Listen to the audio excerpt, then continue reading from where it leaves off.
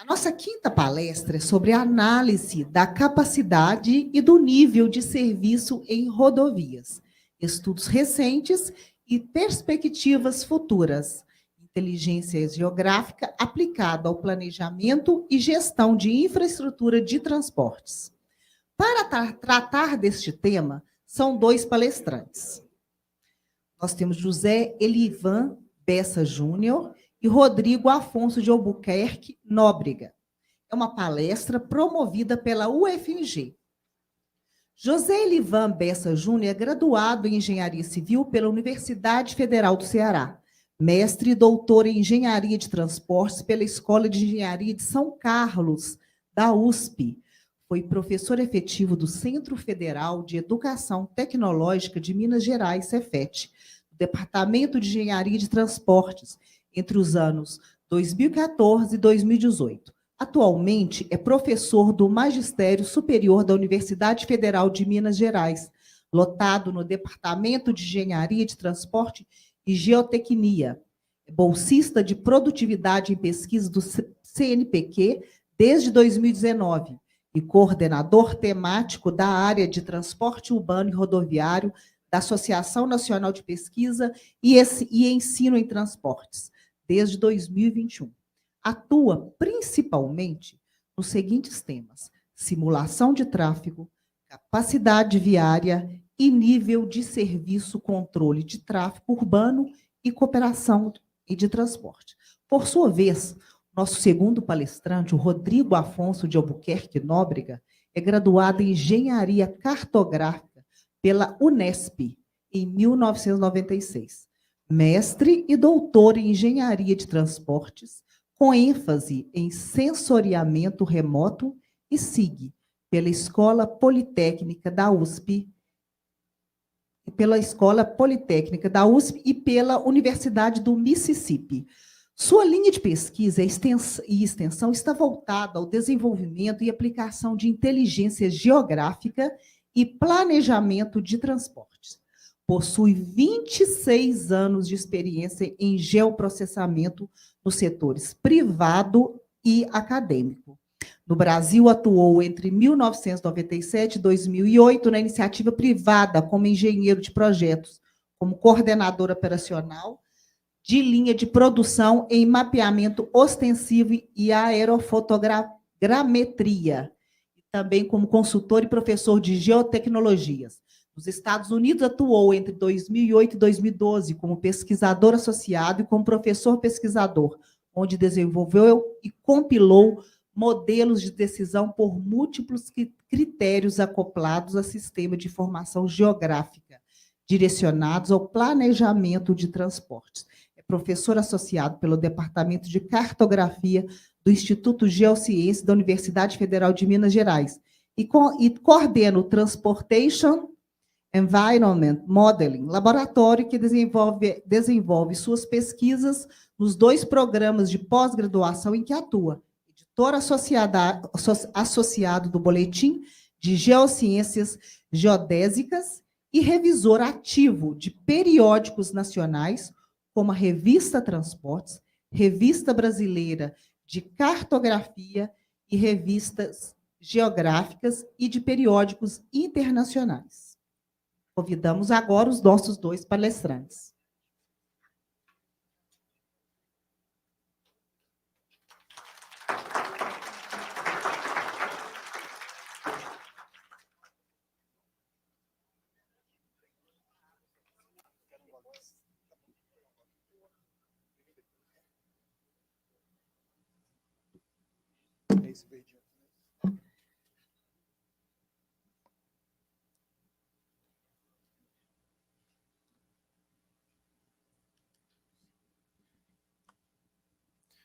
Bom, boa tarde a todos. Eu sou Elivan, professor da UFMG, Departamento de Engenharia de Transporte e Tecnia. Eu vou começar com a palestra Análise de Capacidade do Nível de Serviço em Rodovias, Estudos Recentes e Perspectivas Futuras. O professor Rodrigo vem na sequência, então, com a palestra dele.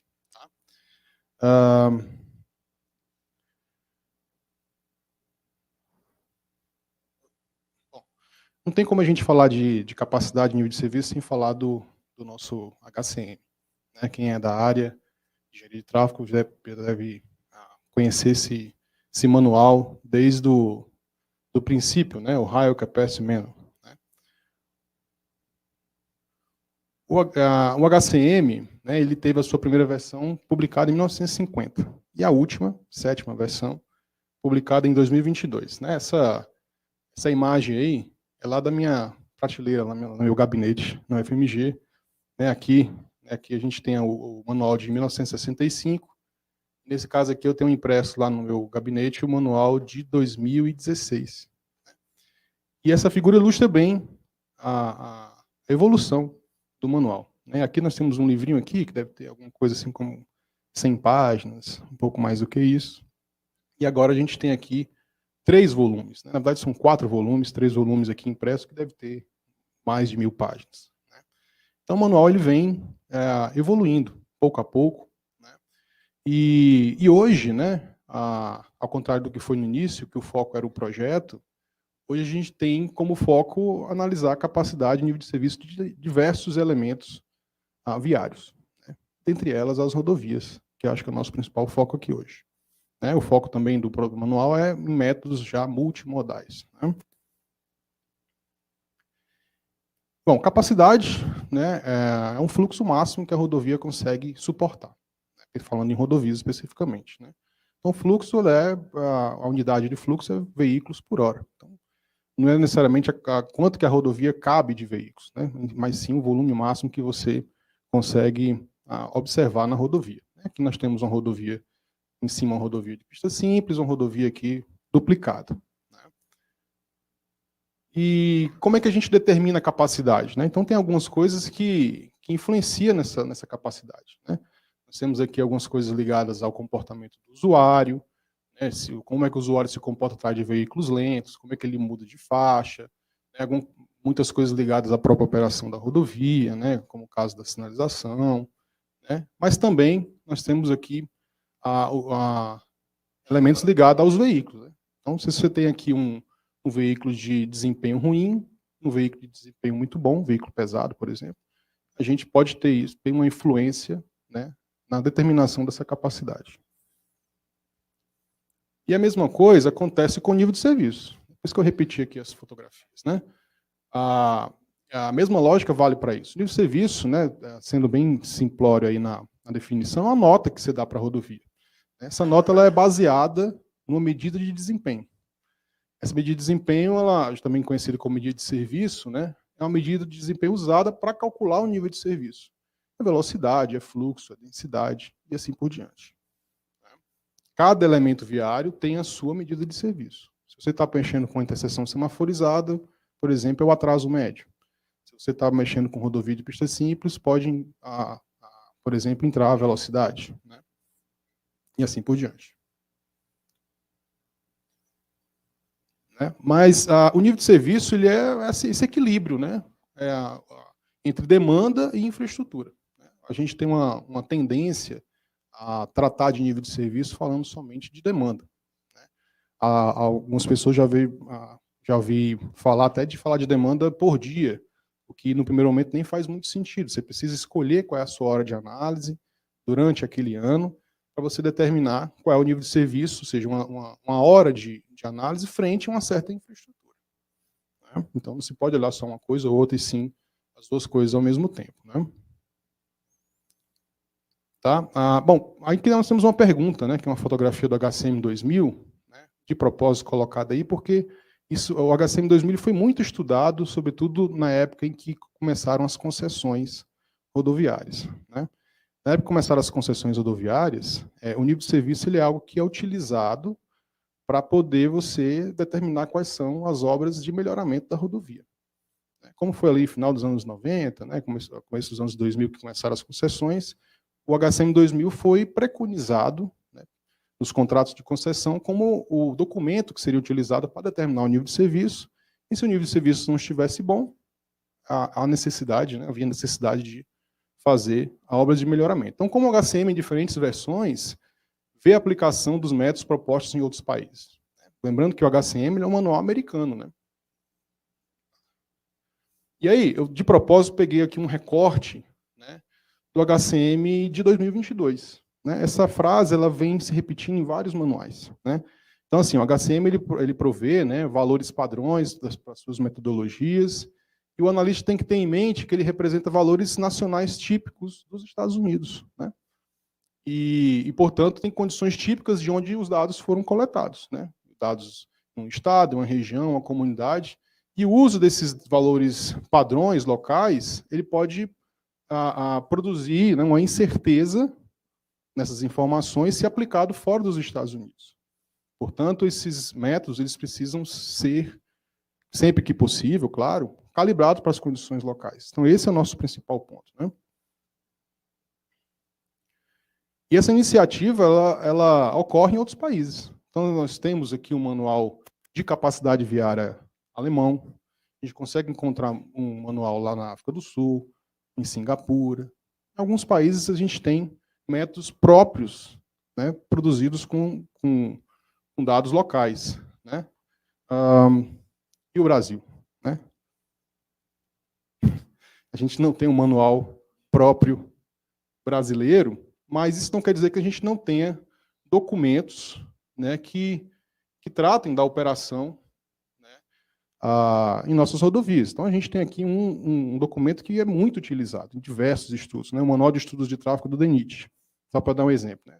Para quem faz estudo de tráfego, deve ter fatalmente utilizado esse manual, né, mas se tratando de análise do nível de serviço e análise da capacidade, o que a gente tem, por exemplo, no Manual de Estudos de Tráfego do DENIT, é basicamente o que se tem lá, por exemplo, no HCM 2000, que é a fotografia anterior.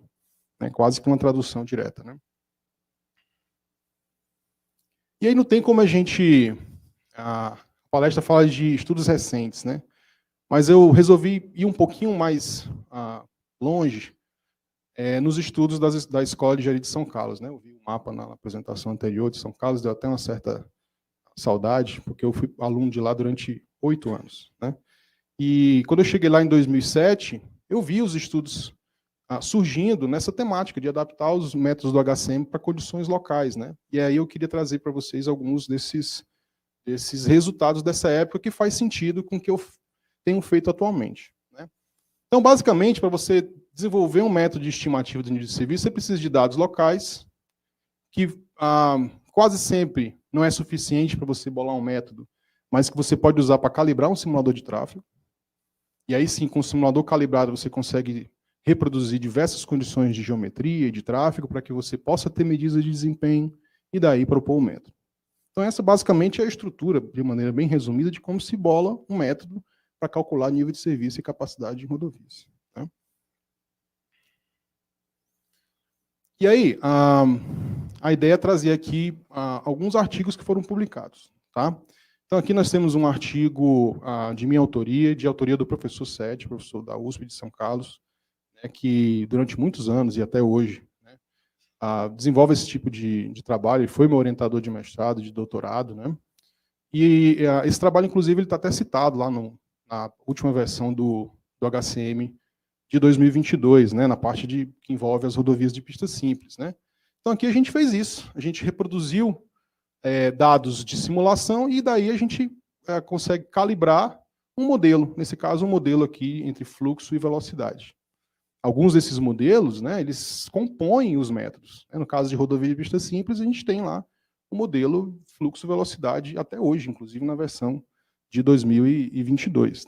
Tá? Esse artigo foi um artigo de 2011, num simpósio lá, que a gente publicou no simpósio do TRB, na Suécia. Né?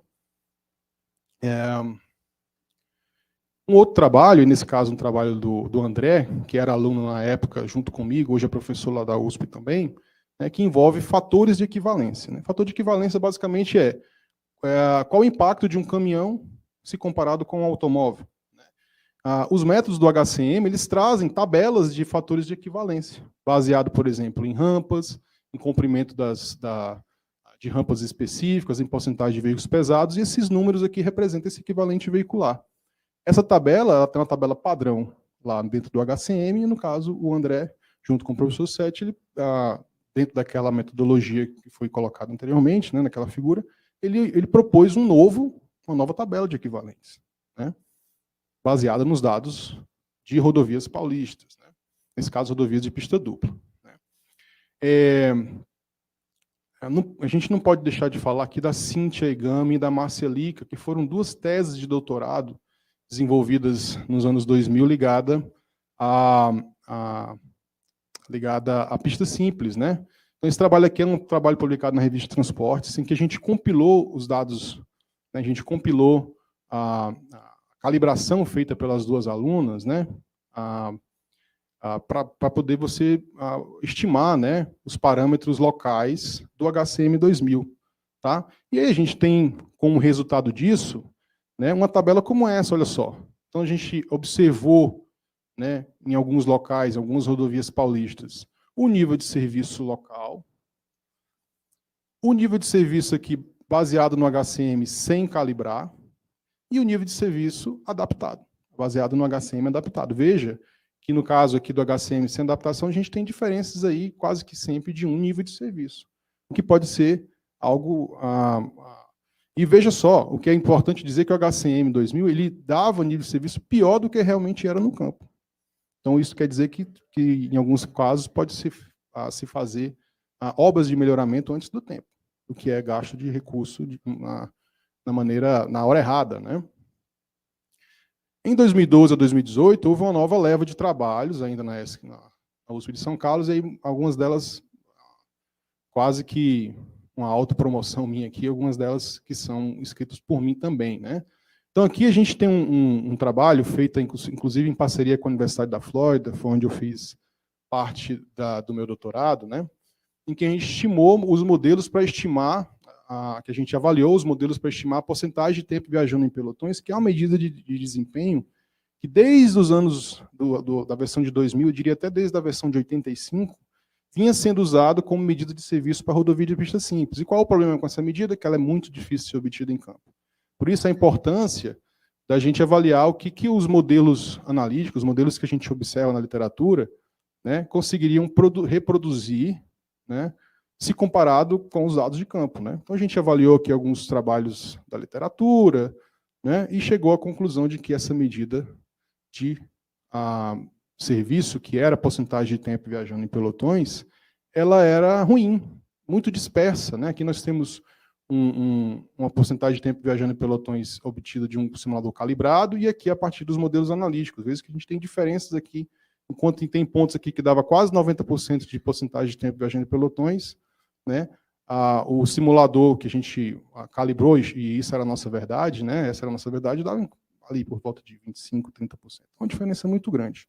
Então, a conclusão, no final das contas, é que essa medida de serviço não era boa, e foi algo que o próprio HCM, nessa nova versão de 2022, constatou, e, portanto, o novo método que mudou completamente, né, o método para calcular nível de serviço em rodovia de pista simples, também chegou a essa conclusão e não se usa mais essa medida de serviço, né? Então, corroborou com os estudos que eram feitos dentro do próprio TRB, né, que desenvolve o manual. Então, a gente avaliou também, uma vez que essa medida de serviço não era boa, a gente avaliou outras medidas de serviço, né, e algumas delas, né, de novo, aqui dados de simulação de tráfego, e aí a gente ajustava, né, e veja que alguns desses dados eram muito dispersos, difíceis de ajustar um modelo, e outros eram melhores. E aí, obviamente, o modelo, a medida de serviço que é utilizada hoje pelo manual acabou sendo algo como isso daqui, né? A densidade de veículos em pelotões, né, é a nova medida de serviço para rodovia de pista simples. A gente bolou alguns modelos, comparou dados do nosso modelo com dados de campo, né, e ele reproduzia muito bem, né, dados do modelo aqui nosso, proposto nessa pesquisa. Era os vermelhinhos aqui, né, enquanto o dado de campo era o cinza, veja que se ajustou muito bem.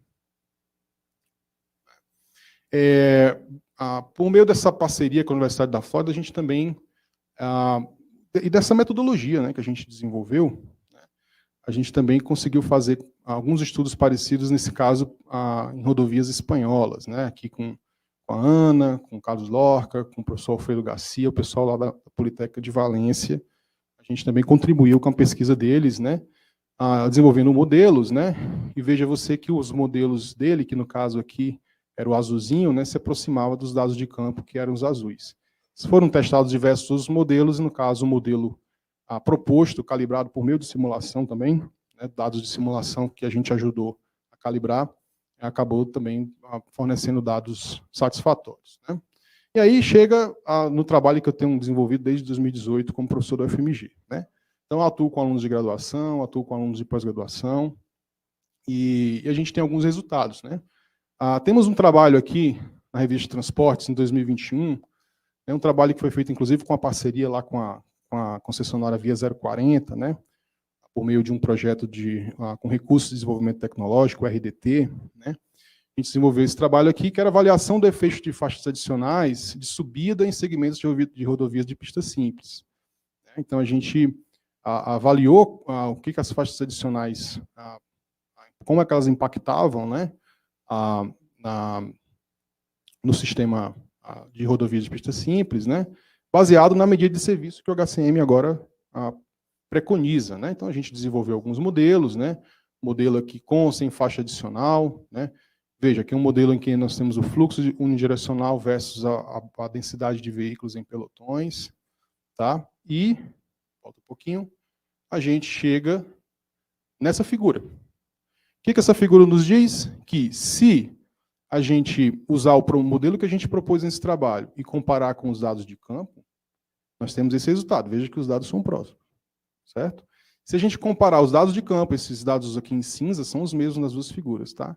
E comparar com os dados em vermelho, o que é esse dado em vermelho? É o HCM novo, 2022, há um ano, foi publicado, sem adaptação. Olha a diferença.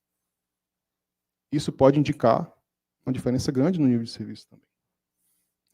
E tomada de decisões erradas. É isso. Aqui é um gráfico de bolhas, só para a gente entender como é que ficaria o nível de serviço, né? Então, no caso aqui, a gente tem um percentual de dados que deu nível de serviço A, outros em B ou C. Veja que essas bolhas são próximas, o que indica que o nosso modelo funcionou bem. E aqui não, aqui nós temos uma disparidade grande. Veja que tem caso aqui até que dá nível de serviço D, coisa que nem aparecia aqui. Tá.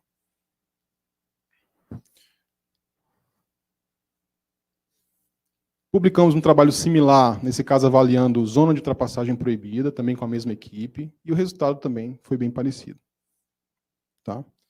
Alguém controla o meu tempo aqui, por favor, que eu acabei não controlando, viu, Rodrigo? Senão eu acabo pegando o seu tempo aí. Muito bem.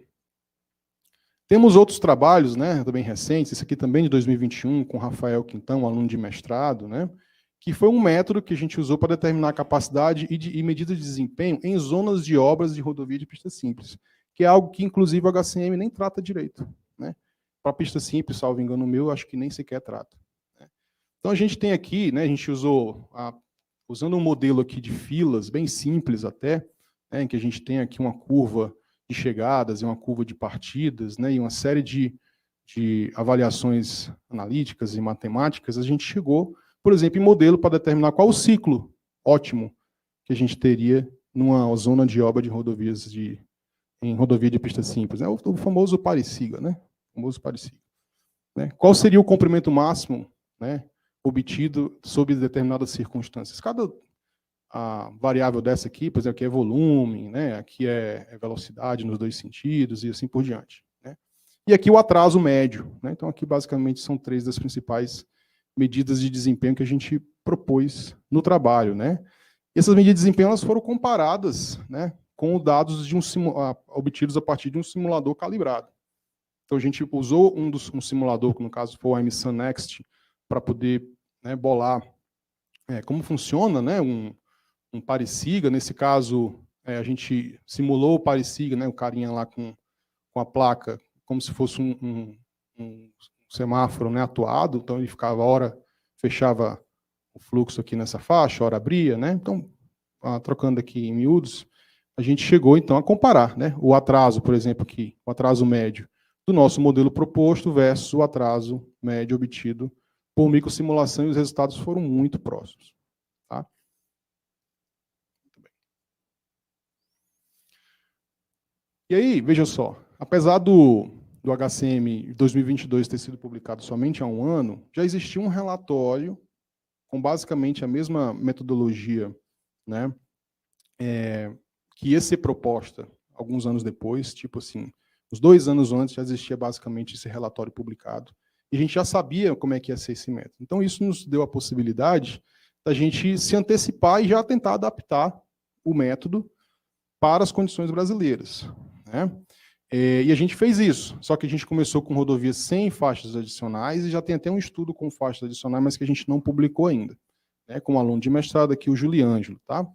E as conclusões, né? Então, o que é basicamente essa adaptação?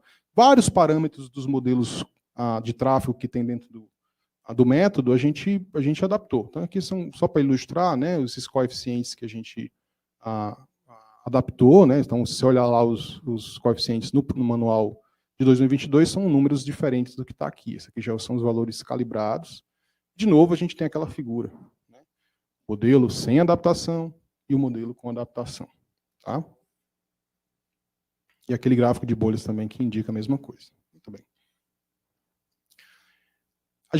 Só que a gente sabe que é difícil fazer essa adaptação, né? O HCM ele é um documento enorme, né? Então existe muito recurso investido ali, toda uma equipe para poder chegar. Então existe um valor realmente indubitável dentro do HCM, né? O HCM ele é um método que é bom, mesmo com seus problemas para a nossa aplicação em nossos casos.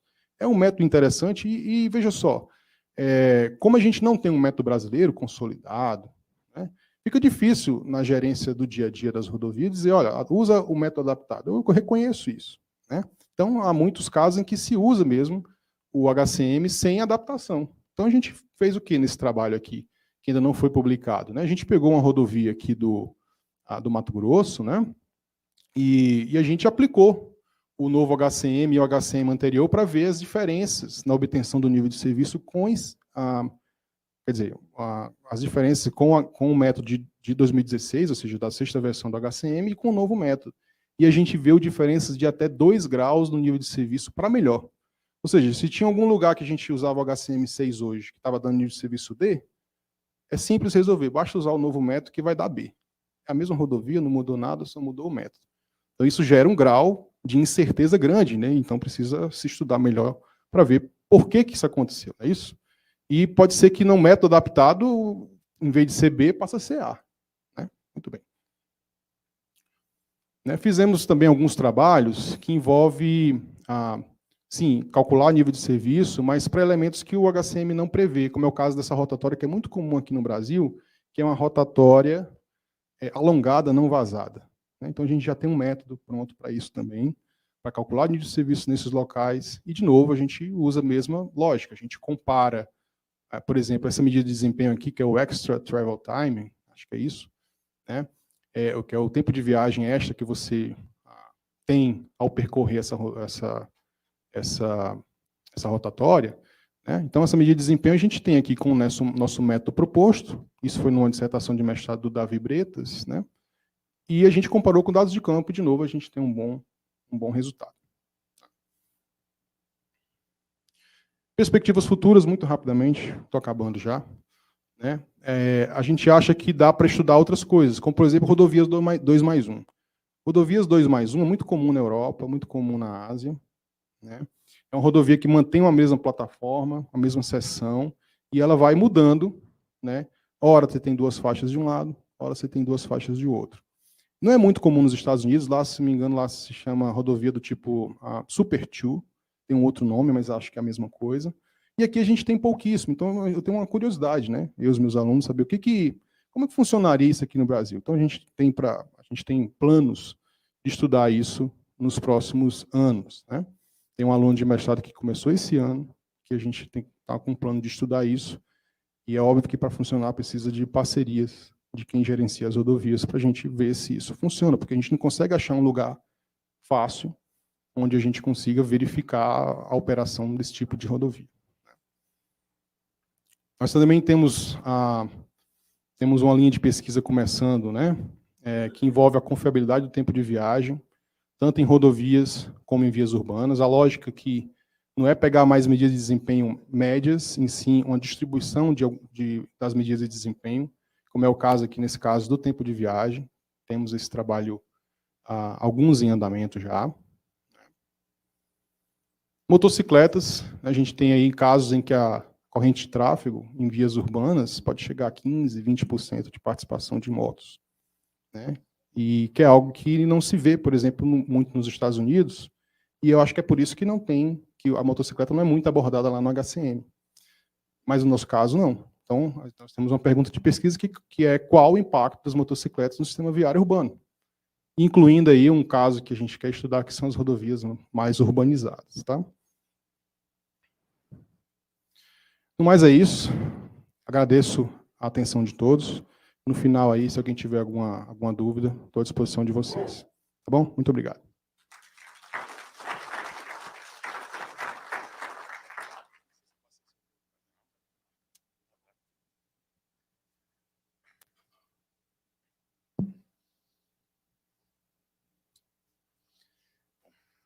Boa tarde, pessoal. Vou tentar ser rápido aqui para não sacrificar o café. Eu acho que é café depois, né, que vem? Então tá.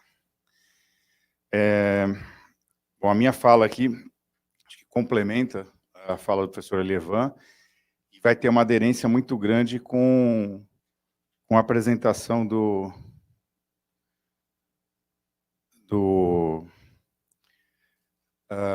Henrique e do Matheus, que foi no início da manhã, né, que é expondo para vocês a questão de inteligência geográfica, geoprocessamento no processo. Bom, onde é que é o botão aqui, gente? Eu trabalho majoritariamente na interface entre transporte e meio ambiente, transporte e desenvolvimento econômico regional. Então, é quase sempre uma interface complexa, né? Deixa eu para frente aqui. E a parte do transporte que eu trabalho é planejamento de transporte. Então, tem umas figurinhas assim bem básicas, né, que são óbvias. A grande maioria do pessoal que é engenheiro ou trabalha com engenharia entende que obras e obras grandes, obras de transporte se enquadram nesse processo, né? Falta de planejamento ou um planejamento mal feito, como diz meu filho, meu menino, dá ruim, né? Exemplos aqui, né? Coisas reais. Eu não sei a maioria deles aonde fica. Esses dois são no Brasil e esse outro aqui é fora. Por que eu coloco isso, né? Isso foi o que está na tela aqui são palavras do subprocurador-geral da República num evento que eu participei em 2013. A gente fez um projeto de extensão sobre corredor de viabilidade, trecho sul da Ferrovia Norte-Sul. É um trecho que não é chamado, na verdade está planejado, né? O que chamam de trecho sul da Ferrovia Norte-Sul, na verdade está no centro-oeste, ele nem atinge a região sul, né? E o trecho em si ali era na região sul, foi em Florianópolis o evento, e tinha eu, uma funcionária do DENIT, que eu conheci na época, ela chama Viviane S., e o resto, acho que tinha 200 ou mais. Era tudo o pessoal da área jurídica. Eu e ela eram os dois únicos engenheiros que estavam lá, não sabia nem como me pronunciar naquela apresentação, mas eu me lembro que eu cutuquei na hora do café o doutor Antônio Fonseca e falei, eu prestei atenção no que o senhor falou e eu vou usar isso como nas minhas apresentações. Ele diz lá que a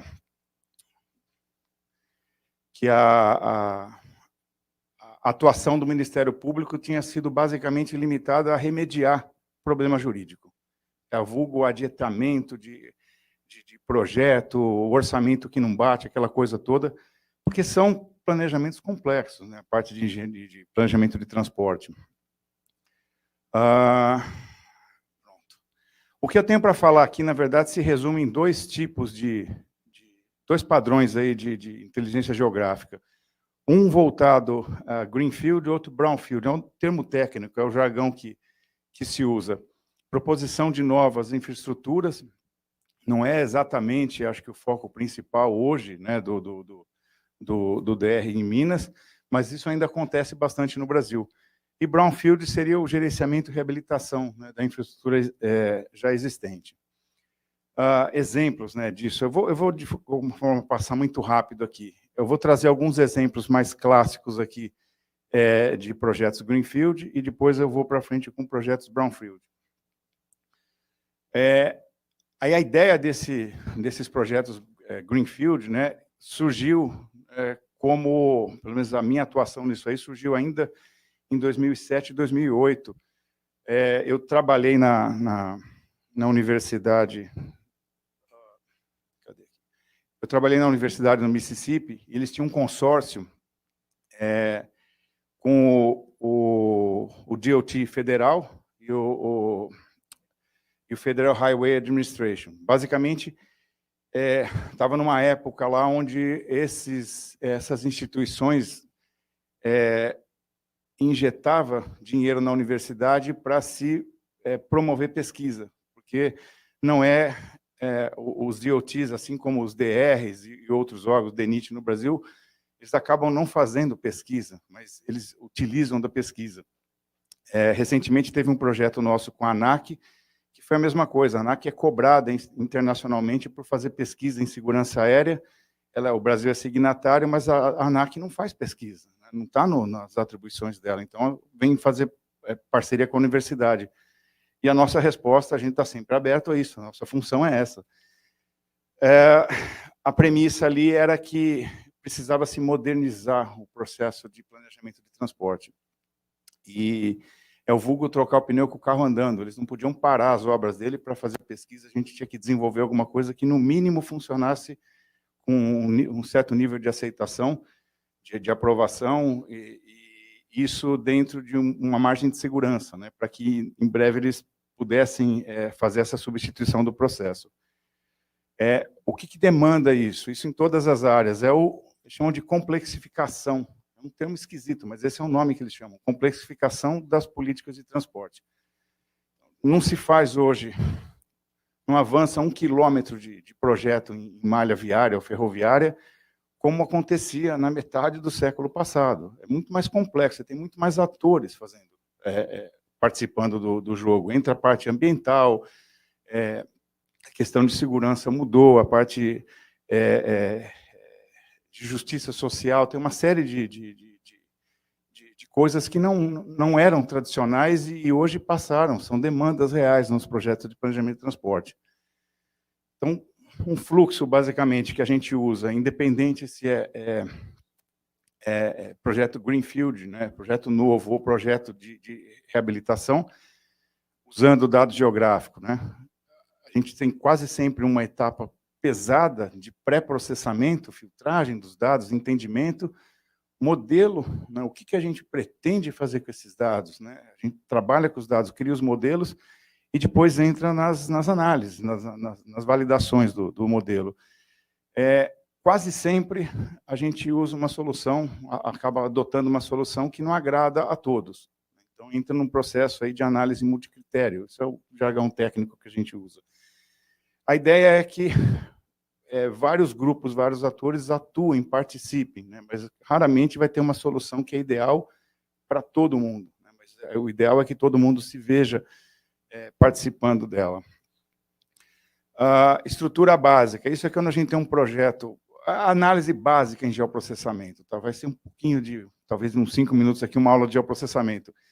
A gente tem dados vetorial, dado matricial, são mapas, camadas de mapas, né? A gente combina essas camadas de mapas com algum propósito, né, ou vários propósitos, para se chegar numa superfície que vai ajudar a gente a tomar uma decisão. O nome, na literatura, a gente chama de custo acumulado. Eu sempre carreguei esse nome como custo, até que o pessoal da Valec me puxou a orelha em 2013. Falou, não, custo não, vai chegar no custo. A gente chama isso aqui de esforço, na hora que eles entenderam o conceito. E aí, dali para frente, eu passei a chamar isso de esforço, tá? Como custo aqui, porque talvez na literatura vocês vão enxergar isso como custo em algum momento. Na prática, né, foi feito um projeto, isso aqui é Memphis, no Tennessee, eu vou passar bem rápido, tá? Rio Mississippi, isso aqui fez parte do estado do Mississippi, estado do Tennessee. Existe um projeto, não sei se eu tenho slide para ele aqui na frente, eu acho que eu acabei cortando. Existe um projeto que sai da região do México, né, e vai até a região dos lagos. É um projeto antigo, chama Transnafta, é da época do Bush pai, nem do filho ainda. E usando revitalização de rodovias, tal, mas basicamente estão montando o sistema ainda, né, das interstates, que começou na década de 50 com Eisenhower. Ele está sendo montado ainda e grande parte já acabado, já pronto, né? Mas, por exemplo, a Interstate 69, ela tem um trecho dela que passa aqui na região de Memphis. Estrategicamente, por causa do aeroporto de carga, por causa do porto, tem uma série de coisas lá. E aconteceu que em 2007, 2010, por volta de 2010, a obra estava em andamento, mas a gente usou isso aqui como teste, né? Como é que a gente faria um corredor de viabilidade que pudesse atender a expectativa e batesse com o que o pessoal já estava desenvolvendo. Então, a ideia foi trazer à tona, né, o uso do geoprocessamento, maciçamente usar o geoprocessamento, cruzar algumas das camadas. Eu falo algumas porque o processo, os DOTs usam há muito tempo o computador para apoiar os projetos. Mas o processo ainda era quase que feito na cabeça das pessoas.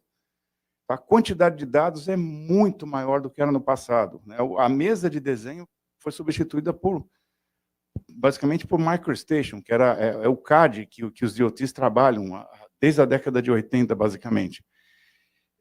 Eles têm pleno conhecimento do dado digital, mas não tinha capacidade de trabalhar com centenas de camadas simultâneas da obra toda. Então, a gente teve que limitar o geoprocessamento para a mesma quantidade de camadas que o pessoal fez, que a gente foi reproduzir, né, no mesmo cenário, na mesma data. E os resultados foram muito semelhantes, né, dos projetos deles. Inclusive, chegamos aí à condição de fazer simulação de cenários, análise de sensibilidade, dando mais peso. Aqui são poucas das camadas usadas, tá? Na verdade, não são camadas, mas são grupos de camadas de dados, né?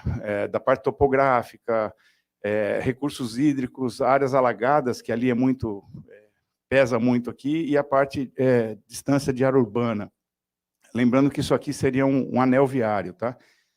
Isso aqui são as pranchas usadas no projeto real deles, de 2008, e aqui são os corredores de viabilidade que a gente calculou, basicamente com os mesmos dados, com uma metodologia completamente diferente. Tá?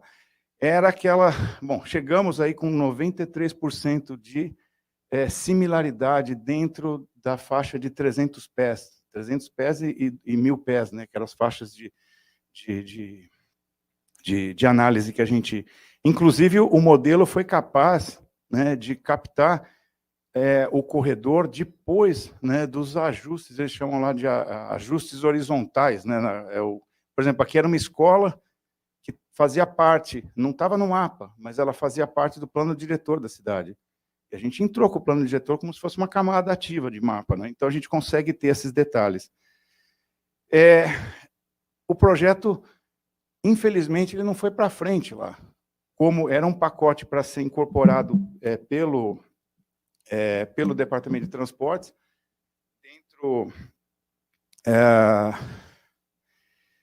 depois de provado, né, que a metodologia funcionava, lá na frente ia envelopar e colocar isso dentro de um software. Mas veio a crise de 2008, o departamento, o DOT, na verdade, limitou os recursos, não tinha, a prioridade deles não era patrocinar mais pesquisa. Sei que acho que eu fui o único que continuou trabalhando com isso nos anos seguintes. E em 2013, quando eu retornei para o Brasil, já pela UFMG, ixi, gente. Eu não sei o que eu apertei de errado aqui, não, mas... O senhor se importa de voltar? Em 2013, quando eu voltei para o Brasil, para a UFMG, tive um contato do pessoal da Valec, em Brasília, e eu fiz Obrigado. E eu fiz a apresentação para eles e fiz os primeiros estudos, né, que eles tinham pedido. Foi ali que eu conheci o pessoal do Ministério Público, que fez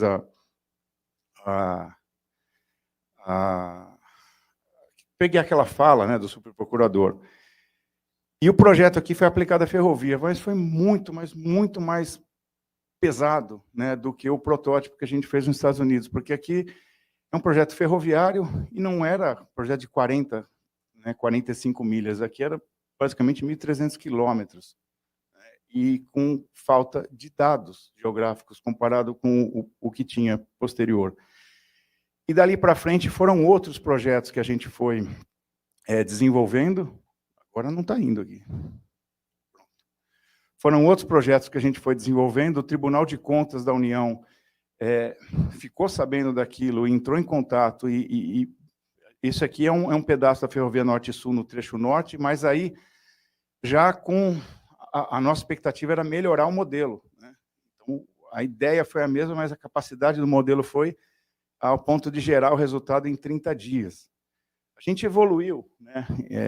Na universidade fazendo coisas, hoje a gente consegue rodar um modelo desse com o dado pronto em questão de 2, 3 dias. O problema é o dado. Às vezes você leva 2 semanas trabalhando no dado para poder depois rodar um modelo. Alguns estudos que a gente fez, isso são só para ferrovias, mas tem projetos desse tipo feitos para rodovia. Tanto que a ideia inicial nasceu com rodovia. Não sei se isso aqui. Isso. Ainda em 2016, teve simulação de um aluno, né, por Rodoanel, alça sul do Rodoanel aqui da região metropolitana.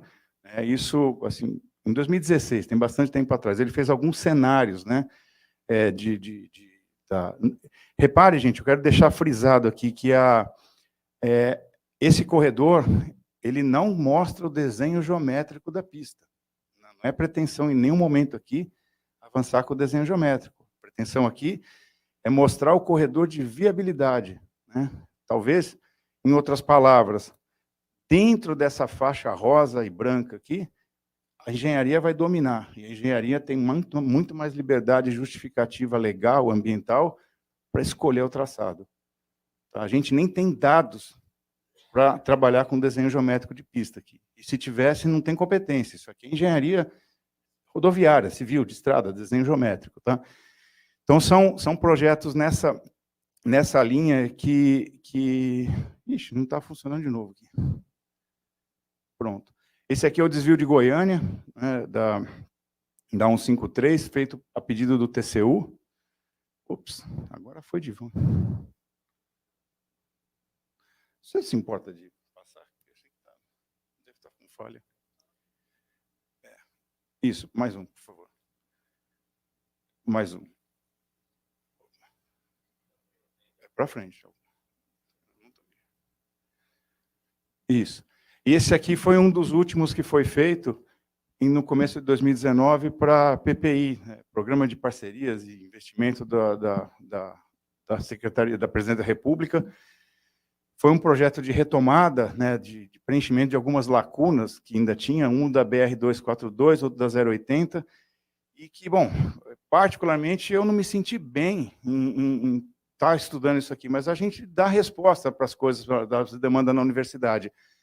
Mas aí, por outro lado, eu falei, a gente pode propor uma alternativa, né? Alguma coisa desse tipo, talvez seja interessante para vocês. E aqui foi um olhar ambiental para a coisa. Tá? Então, entrou em consideração terra indígena, assentamento, uma série de coisas que tinha nessa região. Isso aqui é Xingu, tá? E isso aqui é o Araguaia. Então, é uma região completamente sensível, ambientalmente sensível, que muito provavelmente qualquer obra começada, e mal justificada aqui, vai dar encrenca lá na frente. Então, a gente tentou se antever. São os resultados que a gente chegou, mas, assim, são só cenários que a gente gerou para o pessoal. Pode passar, por favor. Bom, o que mais que a gente fez com inteligência geográfica nesse tempo na universidade? Isso aqui é trabalho do Henrique. O Henrique está ali, colega de vocês. Um sistema com orientação do Elevão, um sistema de suporte à decisão para priorização de investimentos. Né? Isso aqui, o olho do pessoal do TCU brilhou, quando ficou sabendo que tinha esse tipo de trabalho sendo desenvolvido. Pode passar, por favor. Então, é um modelo, basicamente usando mapas, usando uma série de coisas aí que o Henrique desenvolveu com o Elevan sobre... pode passar, por favor. Juntou, né, a malha rodoviária mineira, né, com... parâmetros, vou chamar de sintéticos, né, de velocidade, de fluxo, velocidade de fluxo livre e de capacidade da via, né, que para trechos que não tinha isso calculado, o Henrique calculou, e a gente juntou isso com uma série de mapas, outras camadas. Então, tem dados vetoriais, dados raster aqui, e lá na frente, pode passar. Só para resumir, chega com a malha, né, mineira, os trechinhos, como se fosse um índice de cor aqui, com, eu vou chamar aqui de categorias de priorização. Na minha inocência, que eu vou tratar desse jeito, se eu precisar escolher um trecho para destinar verba para recuperação de via, eu teria uma justificativa técnica para escolher essa via aqui. Foi nesse sentido que o olhar do pessoal do TCU brilhou, o Henrique chegou a fazer a apresentação lá em Brasília com a gente. Pode passar. Outros trabalhos que a gente coloca o mapa, né, e dados de transporte em operação junto. Isso aqui também é outro trabalho de mestrado feito pelo Marlon, outro colega, usou dois conceitos de locação. A locação, um é sobre rota, né, e sobre malha viária existente, e o outro é sobre camadas, usando análise multicritério. Basicamente, assim, mapeando, né, no estado a área, as regiões, né, e não só as regiões, ao longo das vias, os locais ideais que ainda estão em déficit de armazenagem de grão. Então, a região toda do oeste de Minas aqui é uma região que, não toda, o Triângulo em boa parte, tá? A região de Unai, toda seria beneficiada com isso. Pode passar, por favor. Usando essa mesma lógica, né, um pouquinho mais para frente, a gente desenvolveu a mesma linha de raciocínio, mas para Porto Seco. Né? O que chamou a atenção, eu não era muito familiarizado com a ideia de Porto Seco, é que o estado de São Paulo, na época que a gente fez, ele tinha 27 portos secos dos 63 no Brasil. Pô, já não basta ter o porto mais movimentado, que não é o único, você tem o Porto São Sebastião também. E ainda tem 27 portos secos. Então, a carga, antes de sair do estado, ela para, porque tem todo um aspecto ali aduaneiro, né, no Porto Seco, logístico. E aquilo, a literatura mostra que ele tem um indutor de desenvolvimento econômico. Por que a maior malha viária do país, vizinha de polos, né, como Rio de Janeiro e São Paulo, só tem 5 portos secos? Eu não sei se tem mais hoje, mas na época tinha 5 aqui. Foi um trabalho que a gente fez, inclusive foi convidado depois, pode passar, para fazer a apresentação desse trabalho numa comissão de ferrovias da Assembleia Legislativa de Minas. Eu fiz a apresentação assim, com o maior prazer e resultou em alguns debates depois. Pode passar, por favor. A gente, na academia, a gente acaba tendo liberdade para fazer essas coisas. Tá? A gente jogou cenários logísticos e cenários, por exemplo, que olham para a questão de desenvolvimento econômico regional. Então, se o Porto Seco é um indutor, como é que ficaria o cenário? Gera mapa de calor, o final aqui. Então, esses mapas de calor, eles vão mostrar para a gente região que demanda Porto Seco e região que não demanda Porto Seco. Algumas delas já têm Porto Seco, outras não. Eu me lembro, por exemplo, o caso aqui de Montes Claros. Montes Claros ficou independente do cenário que a gente roda, e não é o único, tá? Montes Claros ressaltava. Eu falei, bom, eu gostaria de conhecer algum deputado, alguém de Montes Claros, para poder mostrar para ele, independente do partido, porque está aqui, ó, independente do cenário, precisa de um Porto Seco lá. Pode passar para frente, por favor. E aí seriam coisas que são tradicionais para quem mexe com roteamento, área de abrangência, né? Então, seriam, por exemplo, as áreas de abrangência de uma nova distribuição de Porto Seco. Pode passar. Então, está aqui, parafraseando, né, a frase do deputado João Leite, no dia que eu fiz a apresentação lá da comissão, né, o estudo reforça a necessidade de Minas em ampliar, né, também a malha ferroviária. O porquê da malha ferroviária? O Porto Seco, na verdade, ele deve ser colocado numa junção. Você tem que ter infraestruturas, né, pode passar, para fazer a operação mesmo, né, do transbordo de carga, aquela coisa toda. Aí, explorando mais uns 2 minutinhos, eu acabo aqui, gente. explorando outras linhas que a gente trabalha com geoprocessamento em transporte. Uma delas é extrair informação a partir de imagem aérea, imagem de satélite, imagem de drone, para que essas informações sejam passíveis, tá, de serem usadas no processo de planejamento e gestão de malha para vocês. Um exemplo aqui clássico de extração de arruamento em área de ocupação irregular, tá? Ainda que urbano, mas o grau de complexidade é muito alto, pode passar. Contagem de veículo, eu acho que aqui você vai ter que dar um monte de enter, então muda de página e volta. Nesse trecho aqui, por exemplo, um trecho de 1 quilômetro, próximo a Montes Claros, tem 27 caminhões. E é muito comum o pessoal fala, não, mas não tem viabilidade pensar em ferrovia. Ah, mas se isso aqui não é viabilidade, se não é um indicativo de se pensar, né, é uma coisa maluca, é só pegar o carro e viajar, né, e você vai ver a quantidade de caminhão que tem nas estradas. Então, no mínimo, né, será que a estrada está correta ou não? Eu viajei nesse trecho, eu não me lembro de ter problema. A única coisa que eu lembro é um excesso de caminhão, um excesso de carga transitando em pleno domingo, inclusive. Pode passar, por favor. Outros exemplos, né, que a gente tem é o uso isso aqui ainda é um trabalho feito lá no Mississippi, né, o uso de geotecnologia para identificação, né, de possíveis falhas, né, ou risco geológico, ou risco hidrológico, né, ao longo de faixa de domínio. E não seria só risco hidrológico, risco geológico, não. A gente tem outro risco, por exemplo, a gente chama, na parte de ecologia, chama de risco de fauna. Né? E quer queira, quer não, se não tiver hoje qualquer projeto ou investimento pesado que a gente faz ou busca por recurso, né, tem lá um selinho que o projeto tem que ter o ESG do projeto, sabe?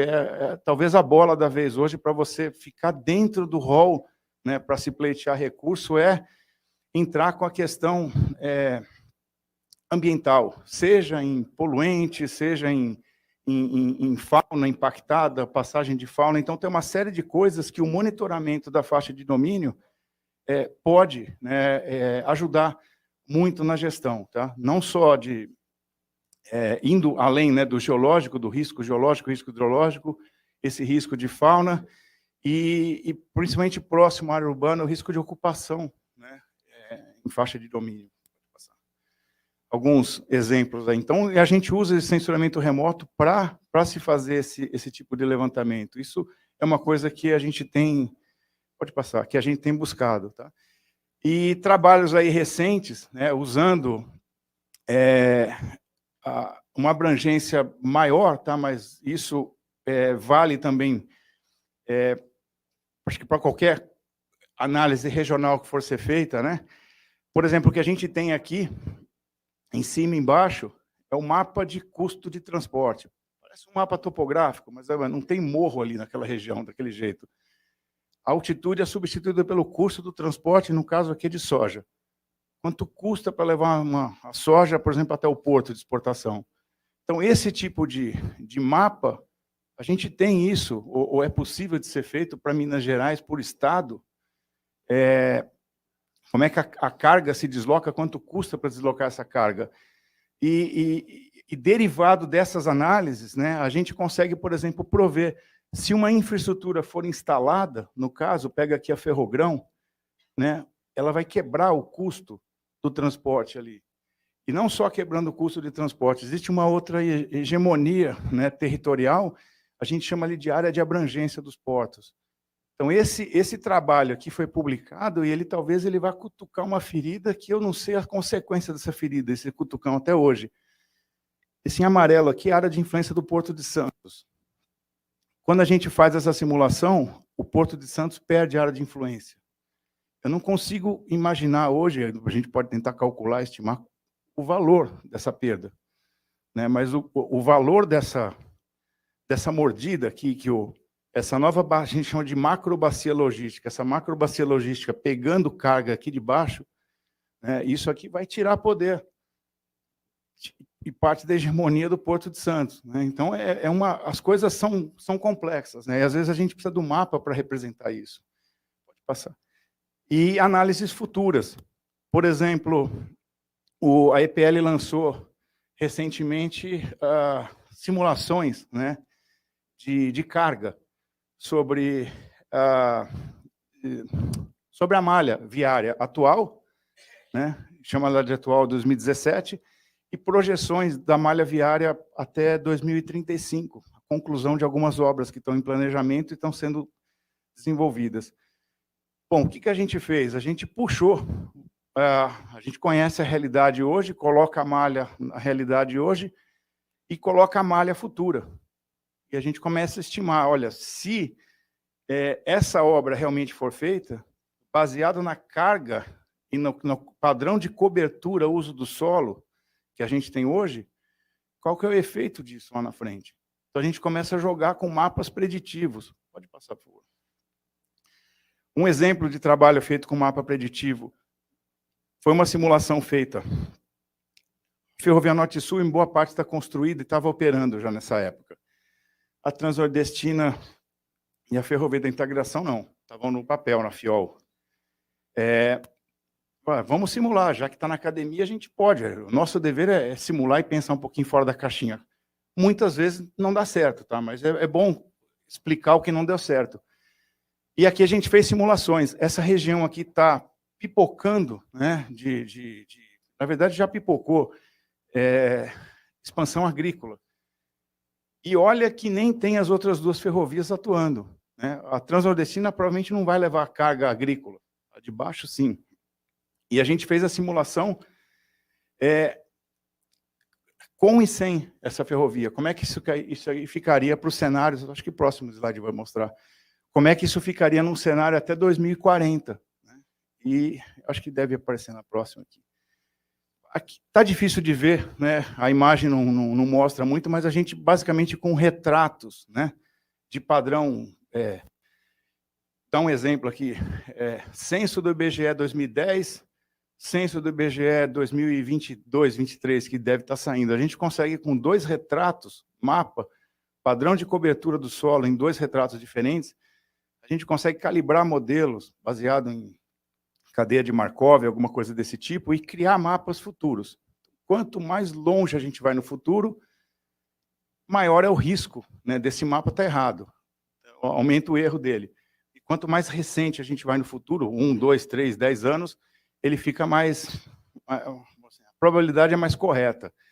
E a gente tem essa ferramenta que até então não tinha e não era usada. Então, a gente consegue... por exemplo, se a malha viária mineira, a prioridade não é expandir a malha, mas sim fazer reabilitação da malha, ok. A gente consegue fazer simulações de para onde é que vai o padrão de cobertura e uso do solo, né, que a gente tem em Minas, e fazer simulação lá na frente. Olha, daqui 10, 15 anos, essa região aqui deve estar produzindo tanto. O que a gente pode fazer... Né, o que a gente deve fazer para que as rodovias, né, atendam ou dê suporte àquela infraestrutura, para não correr atrás do prejuízo. A gente pode inverter a pergunta. É fácil fazer? Olha, em teoria é fácil, tá? Na prática, não, por causa dos dados. Mas a gente tem um modelo, a gente tem isso pronto, e é uma coisa que a universidade também não faz sozinha. A gente precisa... de, inclusive, escutar demandas reais de vocês para alimentar, senão a gente vai ficar fazendo coisa, elucubrando coisa sem, não vou dizer sem sentido, mas fora da realidade. Então, a gente gosta de ser alimentado pela realidade de vocês, para poder fazer projetos sob demanda. Eu acho que deve ser o último esse. Obrigado, pessoal.